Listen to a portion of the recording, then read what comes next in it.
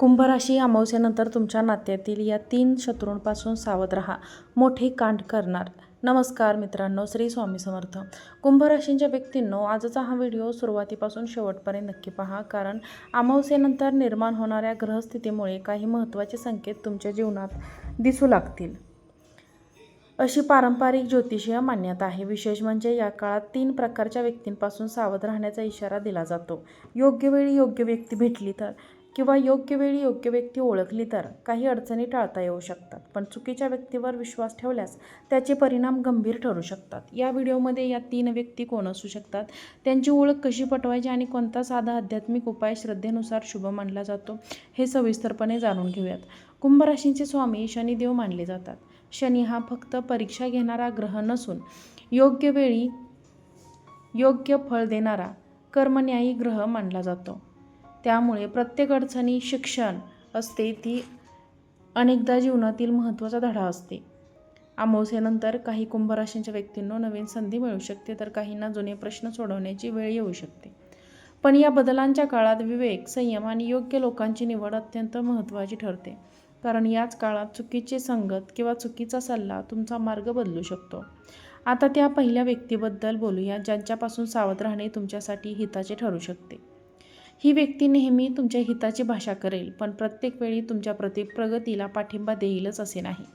काही वेळा तुमचा आत्मविश्वास कमी करण्याचा किंवा निर्णय बदलण्याचा प्रयत्न होऊ शकतो. त्यामुळे प्रत्येक सल्ला लगेच स्वीकारणे ऐवजी त्यामागचा हेतू समजून घेणे आवश्यक आहे. तुमच्या आयुष्यातील मोठे निर्णय इतरांच्या दबावाखाली न घेता शांत मनाने आणि विचारपूर्वक, या ग्रहांचा संकेतही याच दिशेने सावध राहण्याचा आहे. दुसरी व्यक्ती कोण असू शकते आणि ती तुमच्या आर्थिक आणि कौटुंबिक जीवनावर कसा परिणाम करू शकते, हे पुढे जाणून घ्या. त्यासाठी हा व्हिडिओ शेवटपर्यंत पहा. अमावस्येनंतर आर्थिक बाबतीत काही नवीन घडामोडी घडू शकतात. अडकलेले व्यवहार पूर्ण होण्याची शक्यता काहींसाठी निर्माण होईल, तर काहींना नवीन उत्पन्नाचे मार्ग दिसू शकतात. पण याच काळात मोठ्या नफ्याचे आश्वासन देणाऱ्या व्यक्तीपासून सावध राहणे आवश्यक आहे. प्रत्येक आर्थिक प्रस्तावाची नीट चौकशी करा. कोणत्याही कागदपत्रावर किंवा व्यवहारावर घाईघाईने निर्णय घेऊ नका. संयमाने केलेले नियोजन या काळात तुमची खरी ताकद ठरेल. आता त्या दुसऱ्या व्यक्तीकडे लक्ष द्या. ही व्यक्ती तुमच्या वैयक्तिक आयुष्यात किंवा नातेसंबंधामध्ये गैरसमज निर्माण करणारे प्रयत्न करू शकते. प्रत्येक ऐकलेल्या गोष्टीवर लगेच विश्वास ठेवू नका. नाते टिकवायचे असेल तर थेट संवादाला प्राधान्य द्या. अनेक वेळा तिसऱ्या व्यक्तीमुळे निर्माण झालेले गैरसमज मोठ्या वादाचे कारण ठरतात. त्यामुळे या अमावस्येनंतर तुमचे शब्द, तुमचा विश्वास आणि तुमचे निर्णय यांची विशेष काळजी घ्या. पुढील भागात आपण जाणून घेणार आहोत की तिसरी व्यक्ती कोण असू शकते, शनिदेवांचा या काळात नेमका कोणता संकेत आहे आणि श्रद्धेनुसार कोणते उपाय शुभ म्हटले जातात. कुंभ राशींच्या व्यक्तींनो, आता त्या तिसऱ्या व्यक्तीकडे आपण जाणून घेऊया, ज्याकडे दुर्लक्ष करणे योग्य ठरणार नाही. पारंपरिक ज्योतिषशास्त्रानुसार अमावस्येनंतर काही ग्रहयोग असे तयार होतात की आपल्या जीवनात मत्सर करणाऱ्या किंवा आपली प्रगती पाहून अस्वस्थ होणाऱ्या व्यक्ती सक्रिय होऊ शकतात. अशा वेळी प्रत्येक गोष्ट सर्वांसमोर सांगणे टाळा. तुमच्या योजना, आर्थिक निर्णय किंवा भविष्यातील उद्दिष्टे फक्त विश्वासू व्यक्तींना सांगा. शनिदेवांचा संदेश असा मानला जातो की कर्म शांतपणे करा आणि यश स्वतः बोलू द्या. जितके कमी प्रदर्शन तितके अधिक प्रगती होण्याची शक्यता वाढते. करिअर आणि व्यवसायाच्या दृष्टीने हा काळ अनेक कुंभ राशींच्या व्यक्तींसाठी महत्त्वाचा ठरू शकतो. बराच काळ रखडलेली कामे पुन्हा सुरू होण्याची चिन्ह दिसू शकतात. काहींना वरिष्ठांचा विश्वास मिळेल, तर काहींना नवीन जबाबदारी मिळू शकते. व्यवसाय करणाऱ्यांना नवीन ग्राहक, भागीदारी किंवा विस्ताराचा विचार करण्याची संधी मिळू शकते. मात्र शनीचा प्रभाव असल्यामुळे प्रत्येक पाऊल नियम, प्रामाणिकपणा आणि संयमाने उचलणे आवश्यक आहे. शॉर्टकटचा मोह टाळा, कारण या काळात टिकणारे मेहनतीनंच मिळण्याची शक्यता अधिक असते. प्रेमसंबंध आणि कौटुंबिक जीवनात ग्रहांची ऊर्जा तुम्हाला एक महत्त्वाचा धडा शिकवू शकते. संवाद कमी झाला तर गैरसमज वाढू शकतात आणि संवाद वाढला तर नात्यांमध्ये पुन्हा विश्वास निर्माण होण्याची शक्यता आहे. त्यामुळे कोणतीही अफवा किंवा गोष्टींवर विश्वास ठेवण्यापेक्षा संबंधित व्यक्तीशी थेट बोलण्याआधी हिताचे ठरेल. विवाहित व्यक्तींनी जोडीदाराच्या भावना समजून घेण्याचा प्रयत्न करा. तर अविवाहित व्यक्तींनी नवीन नाते सुरू करताना काही न करता समजूतदारपणे निर्णय घ्या. मित्रांनो, आता पुढे जाणून घेणार आहोत की अमावस्येनंतर शनिदेवांचा कोणत्या कुंभ राशीवर विशेष कृपादृष्टी राहू शकते आणि कोणत्या चुका टाळल्या तर लाभ होऊ शकतो.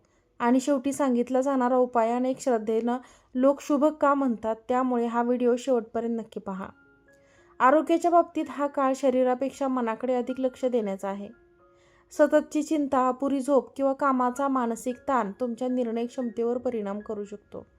म्हणून दिवसाची सुरुवात सकारात्मक विचारांनी करा. ध्यान, प्रार्थना किंवा काही वेळ शांत बसण्याची सवय मनाला स्थिरता देऊ शकते. ज्योतिषशास्त्रातही स्थिर मनाला योग्य निर्णयांचे आधारस्थान मानले जाते.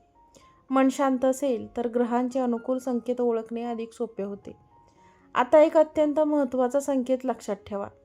अमावस्येनंतर प्रत्येक कुंभ राशीला सारखाच अनुभव येईल असे नाही, कारण प्रत्येकाची जन्मकुंडली, दशा आणि ग्रहस्थिती वेगळी असते. तरीही पारंपरिक ज्योतिषीय मतानुसार हा काळ स्वतःच्या आत्मपरीक्षण, योग्य निर्णय आणि विश्वास लोकांची निवड करण्यासाठी महत्त्वाचा मानला जातो. पुढील भागात आपण श्रद्धेनुसार सांगितले जाणारे काही सोपे उपाय, शनिदेवांची कृपा मिळावी यासाठी काय करावे आणि या संपूर्ण ग्रह संकेतांचा अंतिम संदेश काय आहे हे सविस्तर जाणून घेऊया.